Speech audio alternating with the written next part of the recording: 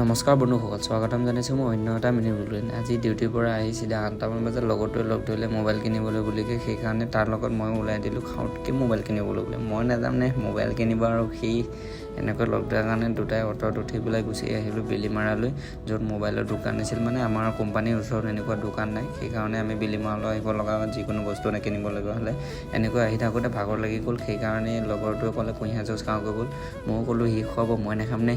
এনেকৈ কুঁহিয়াৰ জুচ গিলাচ খাই ল'লোঁ। বঢ়িয়া, খাই ভালেই লাগিছে, বহুত দিনৰ মূৰত খাইছোঁ। এনেকৈ গৈ মোবাইলটো কিনি আনিলোঁ, কিন্তু মোবাইলটো কিনি অনা ভিডিঅ' নবনালোঁ। এইটোৱে মোবাইলটো, যিটো মোবাইলৰ নাম আছিল ছেমছাং গেলেক্সি S24। বিহত মোবাইলটো দেখি ভাল লাগিছে, কিন্তু কেমেৰা কোৱালিটিটো ভাল আৰু মোবাইলটোৰ কালাৰটো বেছি মোৰ দেখি ভাল লাগিল। বেক পেনেলটো কমা কালাৰটো আপোনালোকৰ দেখি ভাল লাগিছেনে? লাইক কমেণ্ট কৰিবলৈ নাপাহৰিব আৰু ক'বচোন কমেণ্ট ছেকশ্যনত কেনেকুৱা লাগিছে।